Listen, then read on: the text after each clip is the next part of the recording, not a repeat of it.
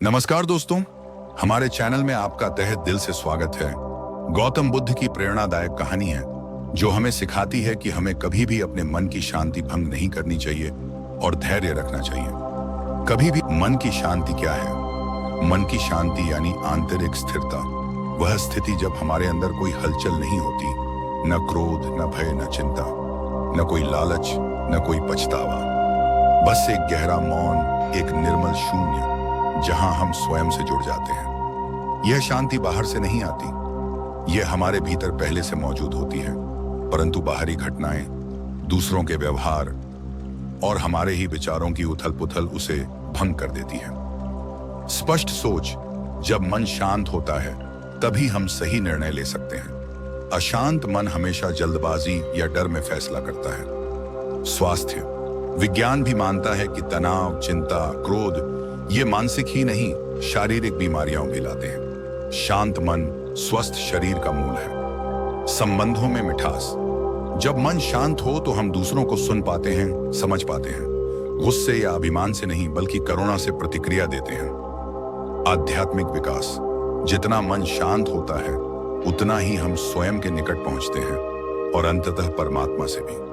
अहंकार से, जब हमें लगता है कि मैं सही हूं, मुझे अपमानित किया गया, तब हम अंदर से टूटते हैं। अपेक्षाओं से, जब हम दूसरों से उम्मीदें बांधते हैं और वो पूरी नहीं होती, तब मन दुखी होता है। बोलने से, कई बार हम गुस्से में कुछ ऐसा कह देते हैं जो हमारी शांति को हमेशा के लिए छीन लेता है। प्रतिस्पर्धा और तुलना से, दूसरों से अपनी तुलना करना और खुद को कम आंकना मन को अशांत कर देता है। नंबर 1, हर हाल में मौन रहने की कला सीखें। जब कुछ कहने का मन हो तब चुप रह जाना, यही असली बुद्धिमानी है।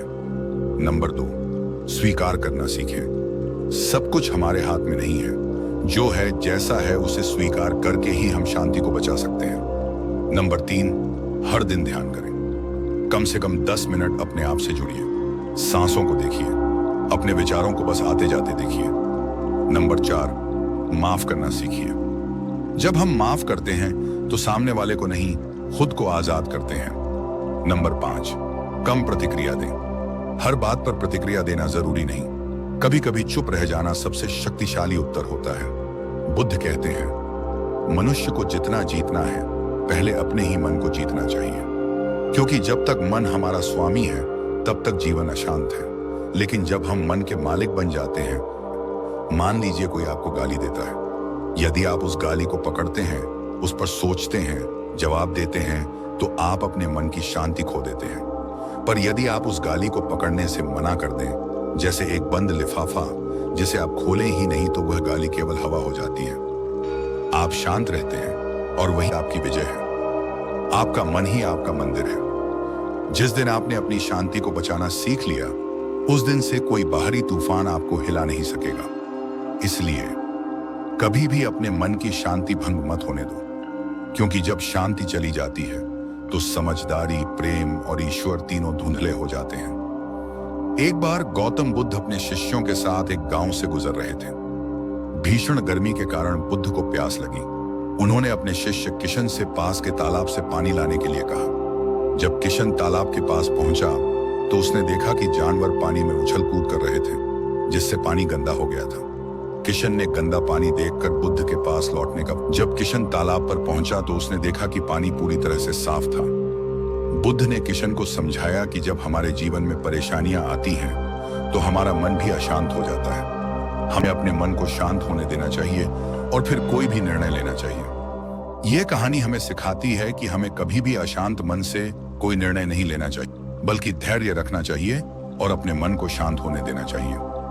एक और कहानी में एक व्यक्ति बुद्ध के पास अपनी निर्धनता का कारण जानने आया। बुद्ध ने उसे बताया कि वह निर्धन इसलिए है क्योंकि उसने कभी किसी को कुछ दिया नहीं है। बुद्ध ने समझाया कि ईश्वर ने उसे जो दिया है उसे वह भूल गया है। उन्होंने कहा कि प्रसन्नता बांटने के लिए, यह कहानी हमें सिखाती है कि हमें दूसरों को देने से कभी नहीं डरना चाहिए, चाहे हमारे पास कितना भी कम क्यों न हो। गौतम बुद्ध की कहानियां हमें जीवन के बारे में कई महत्वपूर्ण बातें सिखाती हैं, जैसे कि धैर्य रखना, मन को शांत करना और दूसरों को देना। कभी भी अशांत मन से कोई निर्णय नहीं लेना चाहिए। मन शांत होने की प्रतीक्षा करें। पत्नी से तंग आकर एक व्यक्ति गौतम बुद्ध का शिष्य बन गया। कुछ दिन बाद बुद्ध ने उसे पानी लाने के लिए भेजा। गौतम बुद्ध के जीवन के कई ऐसे प्रसंग हैं जिनमें छिपी सीख को जीवन में उतार लिया जाए तो हम कई समस्याओं को दूर कर सकते हैं। यहां जानिए ऐसा ही एक प्रसंग। व्यक्ति का वैवाहिक जीवन सही नहीं चल रहा था। बार बार उसका पत्नी से झगड़ा होता था। एक दिन तंग आकर वह जंगल में चला गया। जंगल में उसे महात्मा बुद्ध अपने शिष्यों के साथ दिखाई दिए। बुद्ध शिष्यों के साथ उसी जंगल में रुके हुए थे। दुखी व्यक्ति भी बुद्ध के साथ रहने लगा और उनका शिष्य बन गया। कुछ दिन बाद बुद्ध ने उस व्यक्ति से कहा कि मुझे प्यास लगी है, पास की नदी से पानी ले आओ। गुरु की आज्ञा मानकर वह पानी लेने नदी किनारे गया। नदी पहुंचकर उसने देखा कि जंगली जानवरों की उछल कूद की वजह से पानी गंदा हो गया है। नीचे जमी हुई मिट्टी ऊपर आ गई है। व्यक्ति गंदा पानी देखकर वापस आ गया। उसने तथागत को पूरी बात बता दी। कुछ देर बाद बुद्ध ने फिर से उसे पानी लाने के लिए भेजा। वह फिर से नदी की ओर चल दिया। जब वह नदी किनारे पहुंचा तो उसने देखा कि पानी एकदम साफ था। नदी की गंदगी नीचे बैठ चुकी थी। ये देखकर वह हैरान हो गया। पानी लेकर वह बुद्ध के पास पहुंचा। उसने पूछा कि तथागत, आपको कैसे मालूम हुआ कि अब पानी साफ मिलेगा? बुद्ध ने उसे समझाया कि जानवर पानी में उछल कूद कर रहे थे, इस वजह से पानी गंदा हो गया था। लेकिन कुछ देर जब सभी जानवर वहां से चले गए तो नदी का पानी शांत हो गया। धीरे धीरे पूरी गंदगी नीचे बैठ गई। बुद्ध ने कहा कि जब हमारे जीवन में बहुत सी परेशानियां आ जाती हैं तो हमारे मन में उथल पुथल होने लगती है, शांति भंग हो जाती है। ऐसी स्थिति में ही हम गलत निर्णय ले लेते हैं। हमें मन की उथल पुथल शांत होने का इंतजार करना चाहिए, धैर्य बनाकर रखना चाहिए। शांत मन से कोई निर्णय लेते हैं तो हम सही निर्णय ले पाते हैं। उस व्यक्ति को समझ आ गया कि उसने घर छोड़ने का निर्णय अशांत मन से लिया था, जो कि गलत है। उसने बुद्ध से घर लौटने की आज्ञा ली और वह अपनी पत्नी के पास चला गया। सच्चा सुख धन और सुख सुविधाओं में नहीं है, बल्कि संतोष में है। एक सामान्य बुढ़िया की कुटिया में रुके प्रसिद्ध संत और एक दिन के बाद उसे मान लिया अपना गुरु। गुरु का स्थान भगवान से भी ऊंचा माना जाता है, क्योंकि गुरु ही हमें अज्ञान से ज्ञान की ओर ले जाते हैं। गुरु की महिमा बताने वाले कई प्रसंग प्रचलित हैं। इन प्रसंगों की सीख अपना ली जाए तो हम भी कई परेशानियों से बच सकते हैं। यहाँ जानिए गुरु की महिमा बताने वाली एक कथा के अनुसार एक प्रसिद्ध संत भव्य आश्रम बनाना चाहते थे। इसके लिए उन्हें धन की जरूरत थी। उन्होंने अपने शिष्यों के साथ नगर नगर घूमना शुरू किया और लोगों से दान लेकर धन इकट्ठा करने लगे। एक दिन घूमते घूमते रात हो गई। उन्होंने अपनी एक शिष्या की कुटिया में रुकने का निर्णय लिया। शिष्या काफी वृद्ध थी, लेकिन वह संत को अपना गुरु मानती थी। गुरु को अपनी साधारण कुटिया में देखकर वह प्रसन्न हो गई। वहां किसी तरह की सुविधा नहीं थी, फिर भी संत वहीं ठहर गए। वृद्ध महिला ने संत के लिए खाना बनाया। खाने के बाद संत के लिए तख्त लगाया और उस दरी बिछा दी। इसके बाद स्वयं एक टाट बिछाकर जमीन पर ही सो गई। संत को नर्म बिस्तर पर सोने की आदत थी, इस वजह से उन्हें तख्त पर बिछी दरी पर नींद नहीं आ रही थी। उन्होंने देखा कि वृद्ध महिला टाट पर आराम से सो रही है। संत ने सोचा कि मैं तो सभी को ज्ञान देता हूं, मेरे सैकड़ों भक्त हैं, सभी को निर्मोही होने का ज्ञान देता हूं, लेकिन मैं आज सो नहीं पा रहा हूं, जबकि ये साधारण बुढ़िया टाट पर भी आराम से सो रही है। मुझे एक दिन और यहाँ रुककर देखना चाहिए कि इस महिला के पास ऐसा कौन सा मंत्र है जिसके प्रभाव से इसे इतनी अच्छी नींद आ जाती है। अगले संत महिला के घर पर ही रुके और पूरे दिन उन्होंने देखा कि महिला क्या क्या करती है। महिला ने सुबह उठते ही कुटिया की सफाई की, चिड़ियों को दाना पानी रखा, गाय को घास खिलाई, सूर्य को जल चढ़ाया और पौधों की सिंचाई की। उसके बाद भगवान की पूजा की, गुरु को प्रणाम किया, भोजन बनाया और संत को दिया। शाम को बच्चों को भगवान की कहानियां सुनाई, भजन किए और पूजा की। दिन के अंत में खाना बनाकर अपने गुरु को खिलाया। ये सब देखकर संत ने सोचा कि इसकी दिनचर्या को बहुत सामान्य है। उन्होंने वृद्ध महिला से पूछा कि आप ऐसा कौन सा मंत्र जानती हैं जिससे आपको इतनी अच्छी नींद आती है? महिला ने कहा कि गुरुदेव, मैं तो आपकी दी हुई शिक्षा का ही पालन करती हूँ। मैं सोते समय मेरे दिन भर के अच्छे कामों के बारे में सोचती हूँ। इससे मुझे आनंद मिलता है और मैं सब सुख दुख भूल जाती हूँ और मुझे गहरी नींद आ जाती है। जीवन में मेरे पास जो भी कुछ है, मैं उससे संतुष्ट रहती हूँ। संतोष ही सबसे बड़ा सुख है। संत ने सोचा कि मैं तो अपने सुख के लिए धन एकत्रित कर रहा था, जबकि असली सुख भव्य आश्रम में नहीं बल्कि संतोष में है। ये ज्ञान इस वृद्ध महिला ने समझा दिया। ऐसा सोचकर संत ने उस महिला को अपना गुरु मान लिया। हमेशा सही काम करें और दूसरों को देखकर अपने रास्ते नहीं बदलना चाहिए। शिष्य ने गुरु से पूछा कि दुखों को कैसे दूर कर सकते हैं, कोई उपाय बताएं। एक प्रचलित लोक कथा के अनुसार पुराने समय में एक शिष्य ने अपने गुरु से कहा कि वह अपने जीवन से बहुत परेशान है, दुखों को कैसे दूर कर सकते हैं, इसका उपाय बताइए। गुरु ने सोचा कि यह प्रश्न बहुत छोटा है, लेकिन उत्तर समझा पाना बहुत मुश्किल है। उन्होंने शिष्य से कहा कि मैं तुम्हें इसका उपाय बता दूंगा, लेकिन पहले मेरा एक काम कर दो। गांव में से किसी ऐसे व्यक्ति के जूते ले आओ जो सबसे सुखी है। शिष्य ने सोचा कि यह तो छोटा सा काम है, मैं अभी कर देता हूं। शिष्य गांव में निकल गया और एक व्यक्ति से बोला कि आप मुझे गांव के सबसे सुखी इंसान दिख रहे हैं, क्या आप मुझे अपने जूते दे सकते हैं? यह सुनते ही वह आदमी भड़क गया और बोला कि भाई, मैं अपनी पत्नी की वजह से बहुत दुखी हूं, वह मेरी कोई भी बात नहीं मानती है। शिष्य दूसरे व्यक्ति के पास पहुंचा।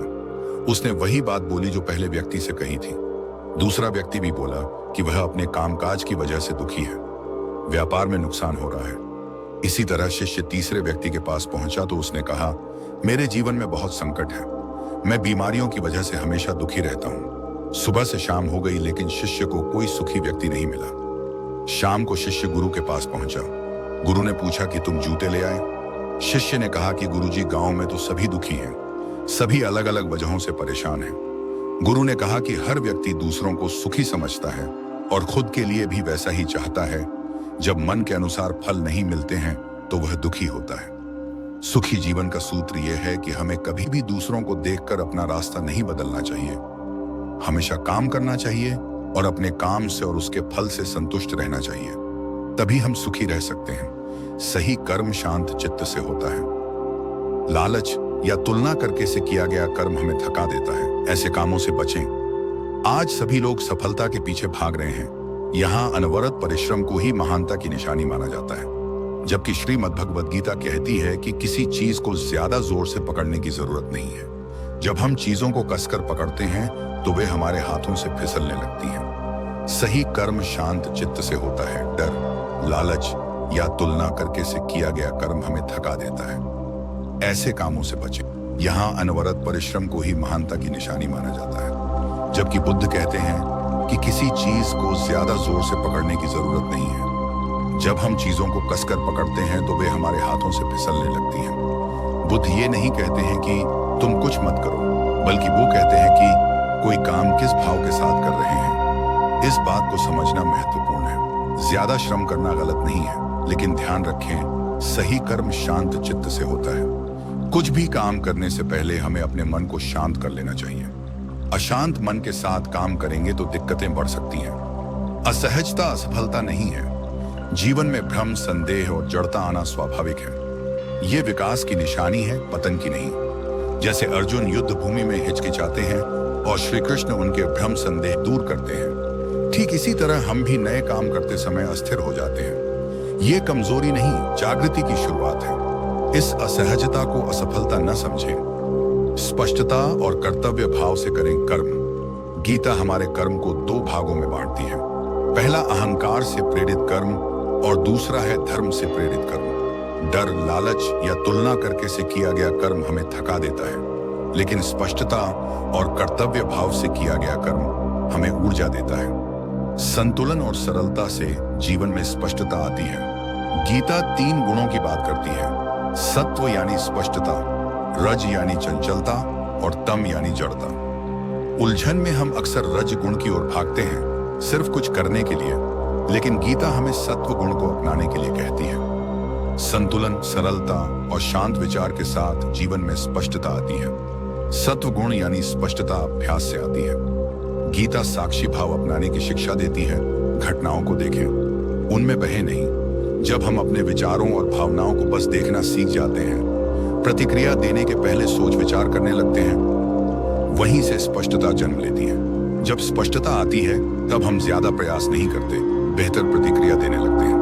भ्रम दूर करें और स्पष्टता लाएं। अर्जुन की असली लड़ाई बाहर नहीं, अपने अंदर के भ्रमों से थी, जिन्हें श्री कृष्ण ने गीता उपदेश देकर दूर किया।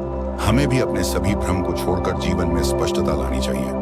गीता का सबसे प्रसिद्ध श्लोक कहता है, कर्मण्येवाधिकारस्ते मा फलेषु कदाचन। हमारा अधिकार केवल कर्म पर है, फल पर नहीं है। ये उदासीनता नहीं है, ये बुद्धिमत्ता है।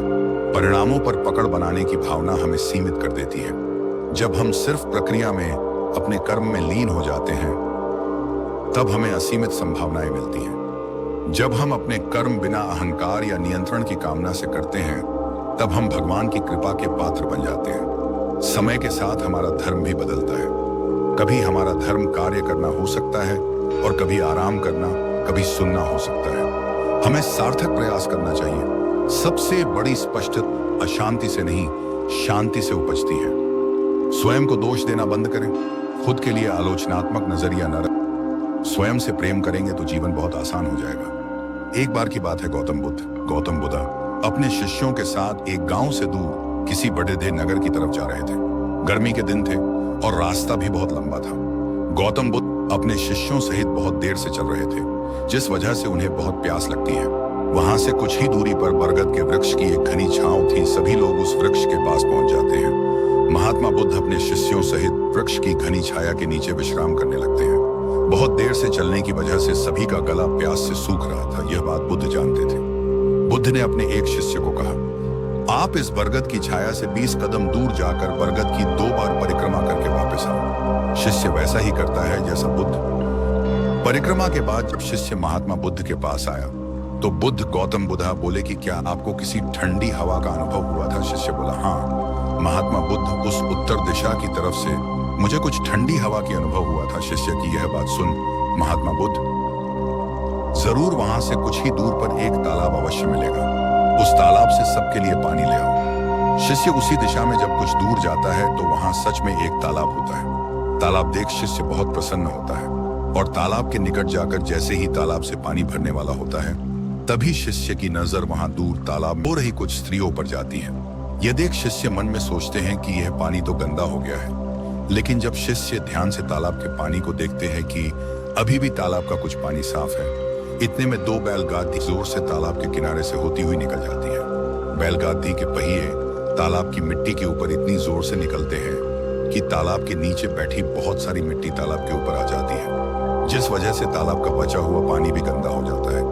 यह देख शिष्य बिना पानी लिए क्रोध में महात्मा बुद्ध गौतम बुद्धा के पास वापस चला जाता है। शिष्य बड़े ही निराशा भाव से महात्मा बुद्ध गौतम बुद्धा को सब बात बताता है। शिष्य की बातें सुन सभी शिष्य बोलते हैं कि हमें तुरंत यहाँ से निकलना चाहिए, किसी दूसरी जगह पानी की खोज करनी चाहिए, वरना प्यास के मारे जान निकाल जाएगी। इधर महात्मा बुद्ध सभी को शांत होने के लिए कहते हैं और बोलते हैं कि धीरज रखो, कुछ देर यहीं बैठो, उचित समय आने तक संयम बनाए रखो। सभी महात्मा बुद्ध गौतम बुद्धा की बात सुनकर शांत हो जाते हैं और वहीं बैठ जाते हैं। कुछ समय बीत जाने के बाद महात्मा बुद्ध फिर से अपने शिष्य को उसी तालाब से पानी लाने के लिए कहते हैं। शिष्य बिना कोई सवाल किए उसी तालाब से पानी लेने के लिए फिर से चला जाता है। तालाब की हालत देख शिष्य को यकीन नहीं होता।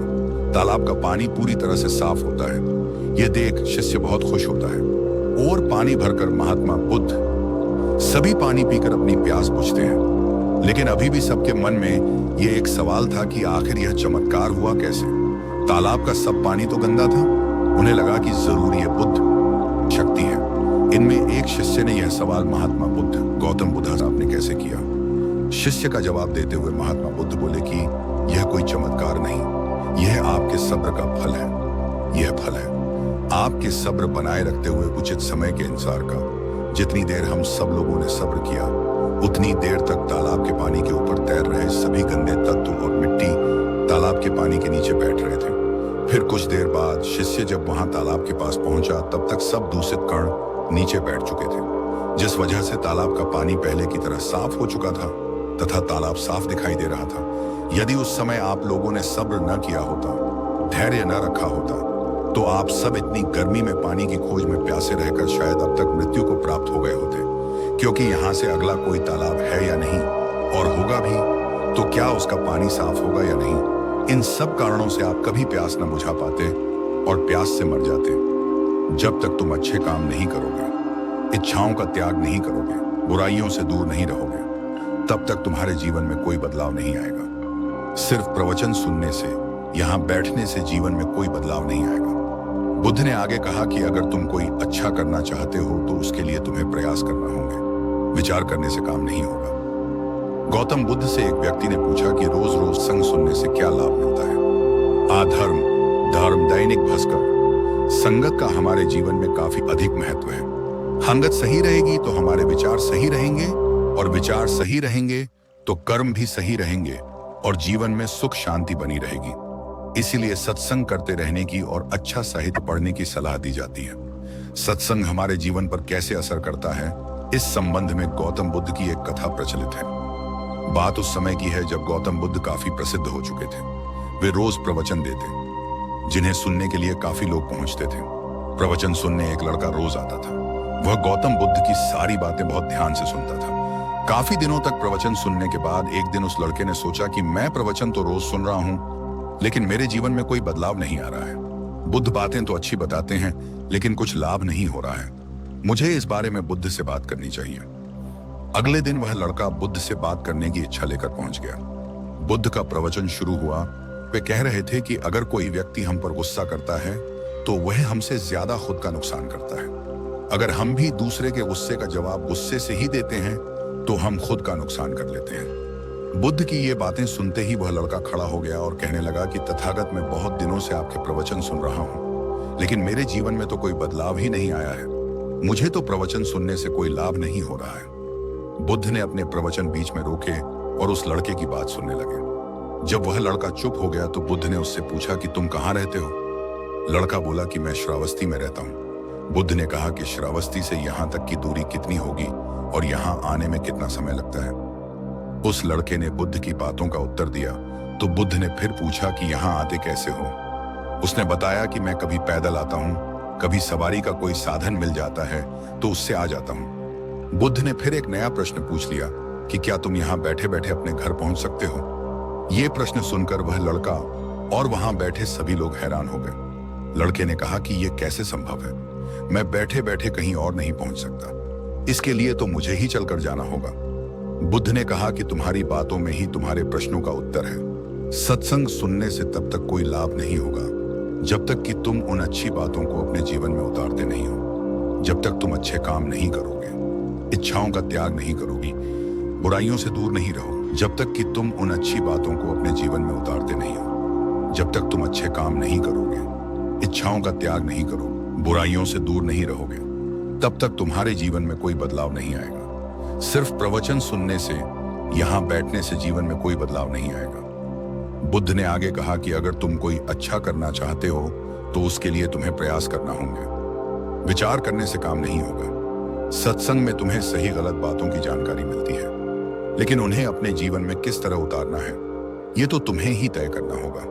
तुम्हें प्रयास करने होंगे, तभी जीवन में सुख शांति और सफलता आएगी। सत्संग करते रहने से हमारी बुद्धि पवित्र रहती है और हमारा मन गलत बातों से बचा रहता है। अगर हम सत्संग नहीं करेंगे तो हमारे विचार भटक सकते हैं। इसलिए अच्छी किताबें पढ़नी चाहिए, अच्छे लोगों की संगत में रहना चाहिए। कुछ लोग जल्दी सफल होने के लिए गलत रास्ते अपना लेते हैं। गलत काम मन पर एक बोझ की तरह होते हैं। ये बोझ जीवन भर बने रहता है, इसलिए गलत कामों से बचना चाहिए। गौतम बुद्ध ने कई ऐसे सूत्र बताए हैं जिन्हें अपनाने से जीवन की सभी समस्याएं खत्म हो सकती हैं। गौतम बुद्ध बौद्ध धर्म के संस्थापक हैं और उनका जन्म लुम्बिनी में 623 ईसा पूर्व शाक्य कुल के राजा शुद्धोधन के यहाँ हुआ था। इनकी माता का नाम महामाया था। बुद्ध के बचपन का नाम राजकुमार सिद्धार्थ था। विवाह यशोधरा से हुआ था और बुद्ध का राहुल नाम का एक पुत्र भी था। बाद में बुद्ध ने जीवन के रहस्यों को जानने के लिए राजपाट और सांसारिक जीवन का त्याग कर दिया और जंगल में चले गए थे। कई वर्षों तक कठोर तपस्या के बाद उन्हें ज्ञान की प्राप्ति हुई। यहाँ जानिए बुद्ध के कुछ खास विचार। एक लड़का निराश था और हिम्मत हार चुका था। तभी एक संत ने उसे समझाया निराशा से कैसे बचना चाहिए। कोरोना महामारी की वजह से पिछले 2.5 साल में काफी लोगों का जीवन पूरी तरह बदल गया है। बहुत से लोगों के अपने घर परिवार के लोग कोरोना की वजह से इस दुनिया में नहीं है। कुछ लोगों की नौकरी नहीं रही, किसी का व्यापार खत्म हो गया। अब धीरे धीरे हालात सामान्य हो रहे हैं, लेकिन फिर काफी लोग निराशा का सामना कर रहे हैं। एक लड़का निराश था और हिम्मत हार चुका था। तभी एक संत ने उसे समझाया निराशा से कैसे बचना चाहिए। 3 वर्ष पहले कोरोना महामारी की वजह से पिछले 2.5 साल में काफी लोगों का जीवन पूरी तरह बदल गया है। बहुत से लोगों के अपने घर परिवार के लोग कोरोना की वजह से इस दुनिया में नहीं हैं। कुछ लोगों की नौकरी नहीं रही, किसी का व्यापार खत्म हो गया। अब धीरे धीरे हालात सामान्य हो रहे हैं, लेकिन फिर काफी लोग निराशा का सामना कर रहे हैं। निराशा से कैसे बच सकते हैं, इस संबंध में एक लोक कथा प्रचलित है। कथा में एक लड़का हिम्मत हार गया था और अपने जीवन से ही निराश हो गया था। वह आत्महत्या करना चाहता था, लेकिन तभी उसे एक संत मिले और संत ने उस लड़के की सोच बदल दी। जानिए ये कहानी। एक लड़का घर परिवार और धन संबंधी समस्याओं से लड़ते लड़ते थक गया था। उसकी उम्र ज्यादा नहीं थी, लेकिन वह रोज रोज के विवादों से तंग हो गया था। एक दिन हिम्मत हार कर वह आत्महत्या करने के लिए निकल पड़ा। चलते चलते एक जंगल में पहुंच गया। जंगल में काफी दूर चलने के बाद भी उसका मन शांत नहीं हुआ। जंगल बहुत ही घना था, वहां जंगली जानवरों का भी खतरा था। तभी उसे एक छोटी सी झोपड़ी दिखाई दी। लड़के ने सोचा कि इस घने जंगल में झोपड़ी बनाकर कौन रह रहा है। अपनी जिज्ञासा शांत करने के लिए वह लड़का झोपड़ी की ओर बढ़ने लगा। झोपड़ी के पास पहुंचा तो उसे एक संत दिखाई दिए। संत ध्यान की मुद्रा में बैठे थे और उनके चेहरे पर शांति और प्रसन्नता दिखाई दे रही थी। लड़का संत के पास ही बैठ गया। संत ने लड़के को देखा तो उसका परिचय पूछा। लड़के ने कहा कि वह अपने जीवन में परेशान हो गया है और मरना चाहता है, इसीलिए इस जंगल में आया हूं ताकि किसी तरह से मैं अपना जीवन खत्म कर सकूं। संत ने लड़के की बातें सुनी और समझ गए कि कम उम्र में मिले तनाव के कारण यह बहुत ज्यादा निराश हो गया है। उन्होंने लड़के से कहा कि तुम्हें निराशा से बचना चाहिए, समस्याएं तो आती जाती रहेंगी। संत ने लड़के को समझाने के लिए एक कथा सुनानी शुरू की। संत बोले, एक छोटे बच्चे ने एक दिन अपने घर में बांस का और एक कैक्टस का पौधा अपने घर के आंगन में लगाया। उसका बागवानी का नया नया शौक था। बच्चा रोज दोनों पौधों की एक समान देखभाल करने लगा। रोज सुबह शाम पानी देता, धूप छांव में पौधों का ध्यान रखता। काफी समय बीतने के बाद कैक्टस का पौधा तो पनप गया, लेकिन बांस का पौधे में कोई बदलाव नहीं दिख रहा था। बच्चा सोचता था कि कैक्टस को पनप रहा है, लेकिन यह बांस के पौधे को क्या हो गया है। बच्चा रोज ये बात सोचता, लेकिन वह निराश नहीं हुआ और रोज दोनों की पौधों की देखभाल करता रहा। थोड़ा और समय निकल गया, लेकिन कैक्टस की तुलना में बांस का पौधे में संतोषजनक प्रगति नहीं दिख रही थी। बच्चा अपने मेहनत में लगा रहा। कुछ समय के बाद एक दिन बांस का पौधा पनप गया और कुछ ही दिनों में बांस का पौधा कैक्टस से भी बड़ा हो गया। संत ने उस निराश लड़के से आगे कहा कि बांस का पौधा पहले तो अपनी जड़ें मजबूत कर रहा था, इसलिए उसे पनपने में समय लगा, लेकिन वह बच्चा भी अपनी कोशिशों में पीछे नहीं हटा। हमें भी अपने जीवन में 2 बातें ध्यान रखनी चाहिए। पहली बात तो यह है कि हालात कैसे भी हों, सकारात्मकता और धैर्य न छोड़ें। दूसरी बात यह है कि पहले हमें अपनी जड़ें मजबूत करनी चाहिए। अगर हमारा आधार मजबूत होगा तो हमारा काम तेजी से आगे बढ़ेगा।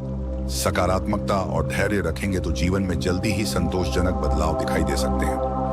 एक ग्वाले ने राजा को समझाया, हमें शांति क्यों नहीं मिल पाती है और शांति पाने के लिए क्या करना चाहिए। आज के भागते दौड़ते जीवन में लोगों के पास सुख सुविधा की हर चीज है, लेकिन फिर भी काफी लोग अशांत ही हैं। मन की शांति चीजों से नहीं मिलती है। शांति के लिए हमें गलत इच्छाओं को छोड़ने की जरूरत है। जब तक मन में गलत इच्छाएं रहेंगी, हमारा मन शांत हो ही नहीं सकता है।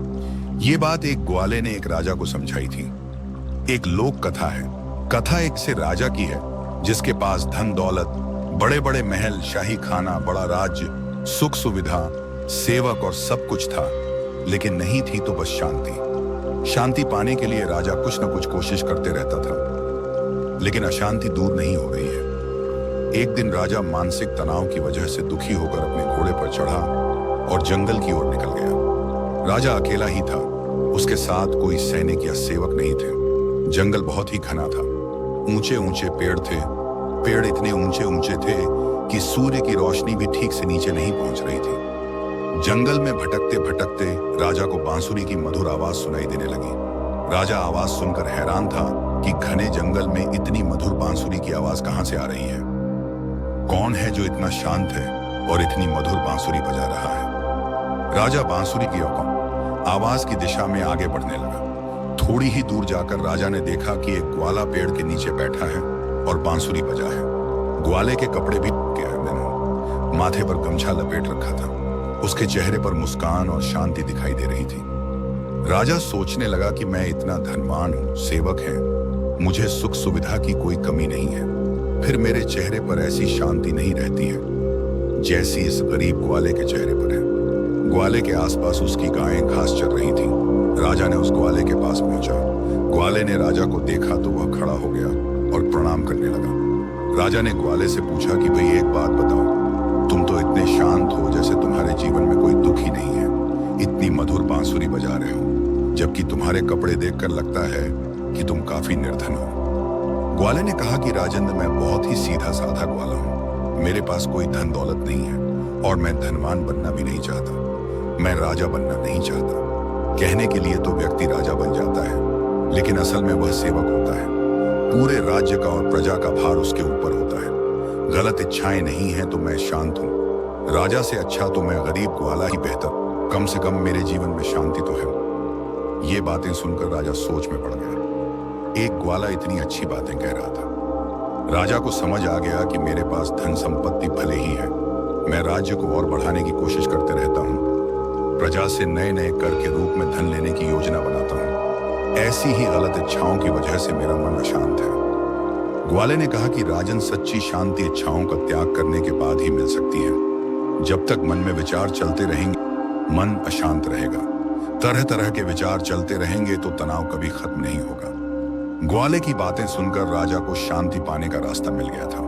अब राजा ने व्यर्थ इच्छाएं छोड़ दी, अपने राज्य में ही संतुष्ट रहने लगा तो बहुत ही जल्द उसका मन भी शांत हो गया। अगर हम तनाव दूर करना चाहते हैं तो हमें भी गलत इच्छाओं को छोड़ना पड़ेगा, वरना हमें शांति नहीं मिल पाएगी। शांति पाने के लिए गलत इच्छाएं छोड़ें और ध्यान करें। नमो बुद्धाय दोस्तों।